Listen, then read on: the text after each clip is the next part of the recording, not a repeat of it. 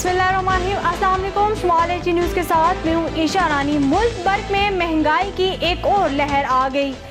Petroleum मसनूआत की कीमतों में इजाफा महंगाई का सुनामी ले आया। कराची से खैबर तक पूरा मुल्क महंगाई में दस्त किया। गरीब के लिए 2 वक्त की रोटी का उसूल नामुमकिन होने लगा। मुतवस्सित तबके के लिए भी जीना दुश्वार हो गया। आटा, दालें, सब्जियां, फल, गोश्त, घी, चावल, मसाला जात सब कुछ आम आदमी की पहुंच से बाहर हो गया।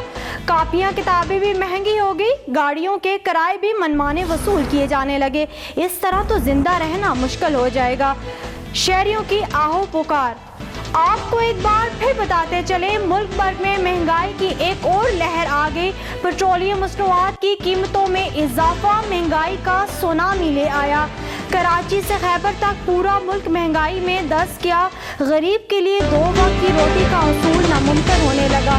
मुतवस्सित तबके के लिए भी जीना दुश्वार हो गया। आटा, दालें, सब्जियां, फल, गोश्त, घी, चावल, मसाला जात सब कुछ आम आदमी की पहुंच से बाहर हो गया।